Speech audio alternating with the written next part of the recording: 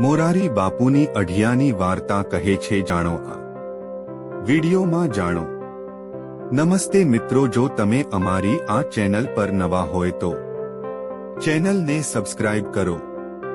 જીવનમાં કોઈ વખત આપણે વિચાર્યું છે કે આપણને ક્યારે આપણાથી નાની વયના છોકરાઓ પણ આપણને શીખ આપી જાય છે, ત્યારે માત્ર બાળક સમજીને જવા દેતા હોઈએ છીએ। આપણે ખરેખર અબુધ હોઈએ છીએ, કારણ કે જ્યારે એક નાનું બાળક આપણને જીવન મંત્ર શીખવાડી જાય ત્યારે સમજવાનું કે ભગવાન મળી ગયા। આવી જ એક વાર્તા છે નિખાલસ બાળક અઢિયાની।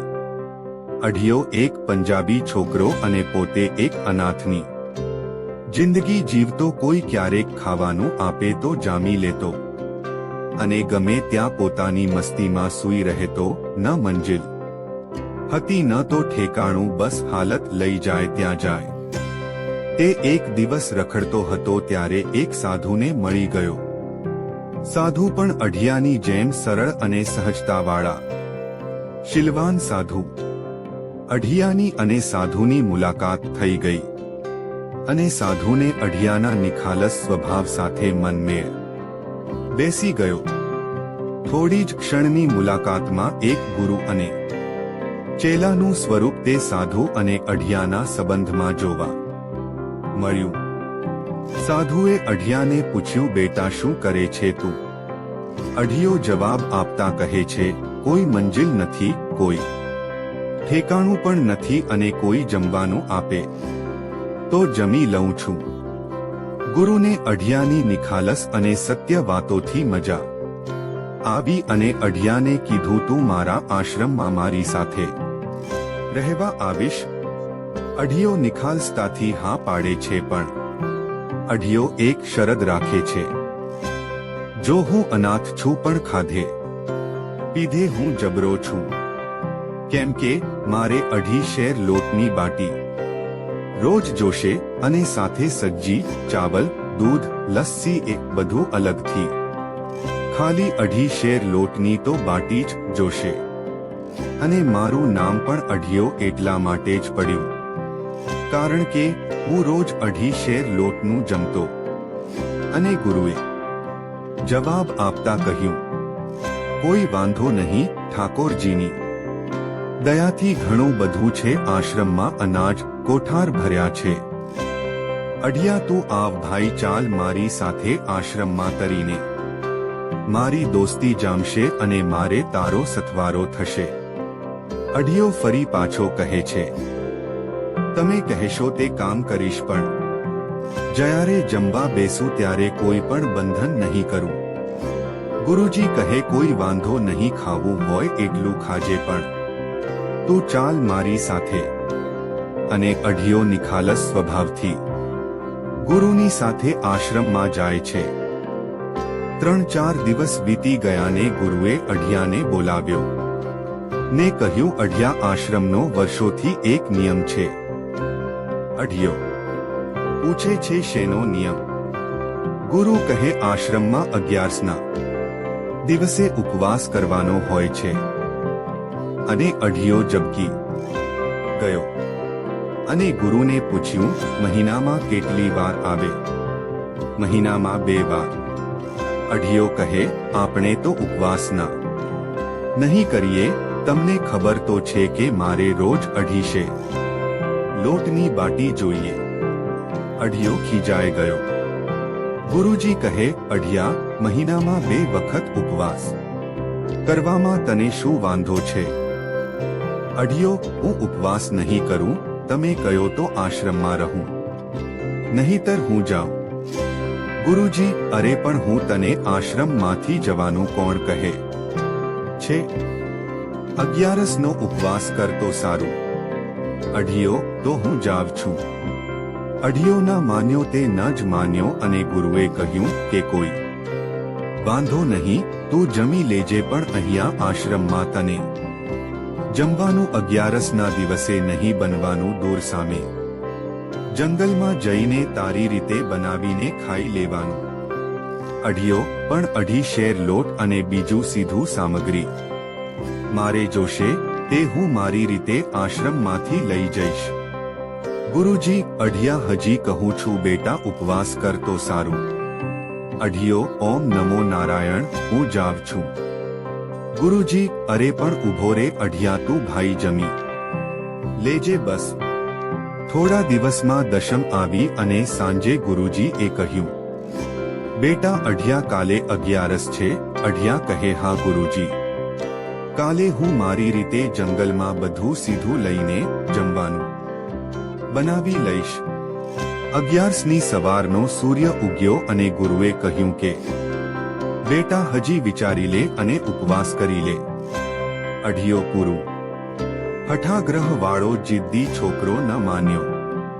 ધીમે ધીમે બપોરનો સમય થયો અને અઢિયો ગુરુ પાસે આવીને કહ્યું, ગુરુજી લાવો સીધું અને હું ઉપડું જંગલમાં. ગુરુજી કહે, તારે ઉપવાસ નથી જ કરવો. અઢિયો કહે, નથી જ કરવો. ગુરુજીએ સીધું સામગ્રી આપી અને અઢિયો લાકડા, જરૂર પૂરતા વાસણ અને સીધું લઈને આશ્રમથી દૂર જંગલમાં 1/2 કિલોમીટર દૂર ગયો અને જમવાનું બનાવવા માંડ્યો. પણ અઢિયો જ્યારે આશ્રમમાંથી જંગલ તરફ ત્યારે ગુરુએ કહ્યું કે બેટા જમવાનું બની જાય ત્યારે થાળ ઉપર કપડું ઢાંકી અને ઠાકોરજીને પ્રાર્થના કરજે કે હે ઠાકોરજી જમવા પધારો. આવું કહેવાનું. અઢિયો કહે, તમારો ઠાકોર જમવા આવવાનો હોય તો એ ખાય એટલો લોટ અને સીધું સામગ્રી વાધરી દો. 1563 ટકા. ગુરુજી, અરે ઠાકોરજી જમવા ન આવે, ખાલી ભા કરવાનો હોય આપણે. અઢિયો, તો વાંધો નહીં. અઢિયો જમવાનું બનાવવા માંડ્યો અને 1 કલાકમાં જમવાનું બની ગયું અને અઢિયાએ ગુરુના આદેશ પ્રમાણે થાળીને પોતાનો લાલ ઘૂંસો ઢાંકીને પ્રાર્થના કરી, હે મારા ગુરુજીના ઠાકોરજી જમવા પધારો. સાવ નિખાલસતાથી અઢિયા એ પ્રાર્થના કરી અને ભગવાન શ્રી રામ નિખાલસ બાળકની પ્રાર્થનાથી અયોધ્યામાં બેઠા હતા ત્યાંથી ઊભા થઈ ગયા અને સીધા અઢિયા પાસે જમવા આવી ગયા. ગુરુના કહ્યા પ્રમાણે 1 મિનિટની પ્રાર્થના પૂરી ન થઈ ત્યાં રામ આવીને સીધા જમવા બેસી ગયા અને અઢિયાને પૂછ્યું પણ નહીં. અઢિયો આંખ ખોલે ત્યાં તો ઠાકોરજી થાળ ગ્રહણ કરવા માંડ્યા અને અઢિયાનો મગજ ગયો અને ઠાકોરને ખીજાવા માંડ્યો. કહેવા લાગ્યો, શરમ જેવું કઈ છે કે નહીં કોઈને પૂછ્યા વગર કોઈનું બનાવેલું જમી લેવાય? સાવનાક શરમ વગરના છો.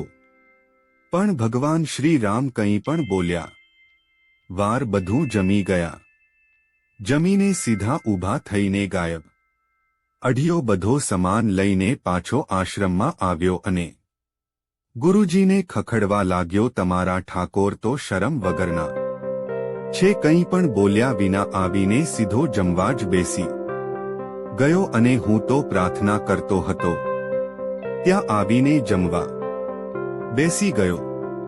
પણ ગુરુજીએ બહુ ધ્યાન આપ્યું નહીં અને કહ્યું, કોઈ છોકરો હશે, ઠાકોરજી થોડો ખાવા આવે. ખોટું શા માટે બોલે છે? તેવું કહીને ગુરુજી પોતાના ધ્યાનમાં લાગી ગયા. તે દિવસે અઢિયાને ઉપવાસ કરવો પડ્યો અને 15 દિવસ પછી પાછી 11 આવી અને ગુરુજીએ કહ્યું, અઢિયા આજે 11 છે. અઢિયો માથું ધૂણાવતો બોલ્યો, હા ખબર છે મને. બીજી 11 અઢિયો પાછો જંગલ તરફ જવા માટે નીકળ્યો અને આ વખતે તેને 5 શેર લોટ ગુરુજી પાસેથી માંગ્યો ને કહ્યું કે તમારો ઠાકોરજી આવે તો મારે ભોગવાવનું હું લોટ વધારે લઈશ. ગુરુજી કહે, હા ભાઈ લઈ જાને, ઘણું ભગવાને આપ્યું છે, લઈ જા. અને અઢિયો આ વખતે 5 શેર લોટની બાટી, ચાવલ, સબ્જી, દૂધને લસ્સી બનાવીને ગુરુજી એ કહ્યા પ્રમાણે કપડું ઢાંકીને ફરી કહ્યું કે હે મારા ગુરુજીના ઠાકોરજી જમવા પધારો આવી પ્રાર્થના કરતા પોણી મિનિટ થઈ ત્યાં રામ અને સીતા બંને કપડું હટાવીને જમવા લાગ્યા. અઢીઓ 1 મિનિટ પૂરી થઈને તરત જોવે ત્યાં તો સીતા અને રામ બંનેને જમતા જોઈને અઢિયાનો ગુસ્સો આસમાને પહોંચી ગયો અને ફરી કહેવા લાગ્યો, આ કોણ છે? સાથે તમને એકને આમંત્રણ આપ્યું અને આ કોને લઈને આવ્યા? પણ ભગવાન શ્રી રામ કંઈ પણ બોલ્યા વિના જમી લીધું અને પછી કહ્યું, આ મારા પત્ની છે. અઢીઓનું જમવાનું આજે પણ ભગવાન રામ આવીને જમી ગયા અને અઢીઓ પાછો આશ્રમમાં ભૂખ્યા પેટે આવીને ગુરુજી ઉપર ગુસ્સે થવા લાગ્યો ને કહેવા લાગ્યો કે તમારા ઠાકોરજી પરણેલા છે અને તેમના પત્નીને પણ સાથે લાવવાના છે. મને તમારે કહેવાય તો ખરું ને. પણ ગુરુજીને વાત ગળા નીચે ન ઉતરી અને પાછા 15 દિવસ વીતી ગયા અને 11સ આવી અને ગુરુજીએ કહ્યું, અઢિયા આજે 11સ છે. અને અઢિયો ગુસ્સામાં ગુરુજીને કહેવા લાગ્યો, પણ આજે તો હું 7.5 શેર લોટ અને તેના પ્રમાણમાં બીજી સામગ્રી લઈને જઈશ. પણ ગુરુજીનો સ્વભાવ ખૂબ જ હોલદોલ એટલે કહ્યું, કોઈ વાંધો નહીં, લઈ જ તારે જોઈએ.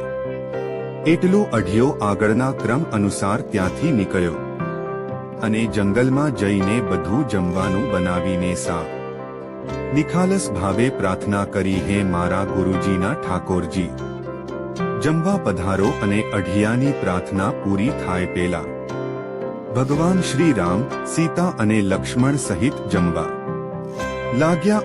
અને અઢિયો આંખો ખોલીને જુએ તો રામ, સીતા અને લક્ષ્મણ થાળ જમવા લાગ્યા છે અને અઢિયો ગુસ્સે થતો જતો હતો અને ભગવાન પ્રેમથી બોલ્યા વગર જ જમી લીધું ને અઢિયો પાછો ગુરુના આશ્રમમાં આવ્યો.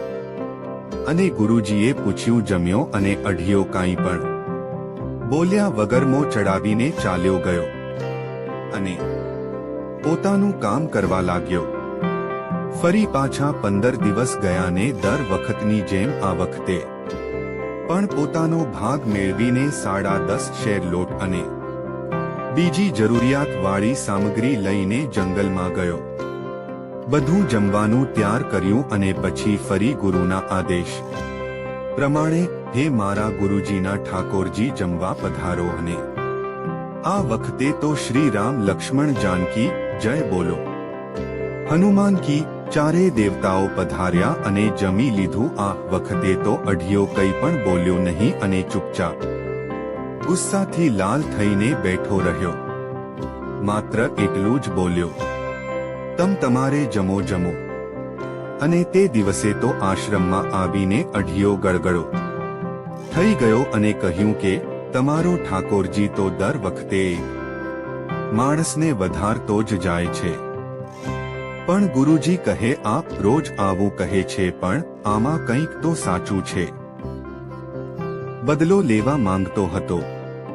બધી જ સામગ્રી લઈને તે દિવસે પણ જંગલમાં ગયો અને બધું કાચું ઢાંકીને મૂકી દીધું અને પ્રાર્થના કરી, ભાઈ, હે મારા ગુરુજીના ઠાકોરજી, જમવા પધારો. રામ, લક્ષ્મણ, જાનકી અને હનુમાનજી પધાર્યા અને કપડું ઉઘાડીને જમવા જાય ત્યાં તો બધું કાચું સીધું પડેલું. અને શ્રી રમે પૂછ્યું, કેમ અઢિયા આજે જમવાનું નથી બનાવ્યું? અને અઢિયો પોતાના કોમળ અભિમાન સાથે બોલ્યો, હવે જમોને. અને અઢિયો પાછો બોલ્યો, રોજ હું બનવતો અને તમે જમી લેતા, એટલી બધી હિંમત હોય તો આજે તમે બધા જમવાનું બનાવો અને હું જમીશ. લક્ષ્મણ લાકડા કાપી લાવ્યા, હનુમાન ચૂલામાં ફૂંક મારે, રામ સીતાને રાંધવામાં મદદ કરે છે. અને જમવાનું બનાવ્યું ને અઢિયો બોલ્યો, મારો અઢીશે લોટની રસોઈ અલગ કાઢી નાખો અને પછી તમે જમો. ભગવાન શ્રી રામ બોલ્યા, અરે આમાં ભાગ ના પડવાના. હોય તારા ગુરુજીના ઠાકોર અમે છીએ એ રીતે અમારા પણ ઠાકોરજી છે.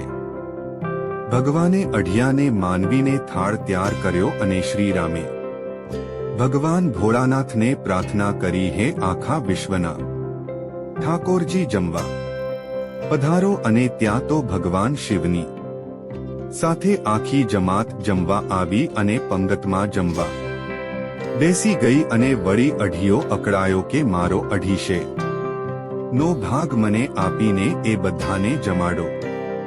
ભગવાન રામ કહે, આમરી સાથે પંગતમાં જમવા બેસી જા. પણ અઢિયો ન માન્યો.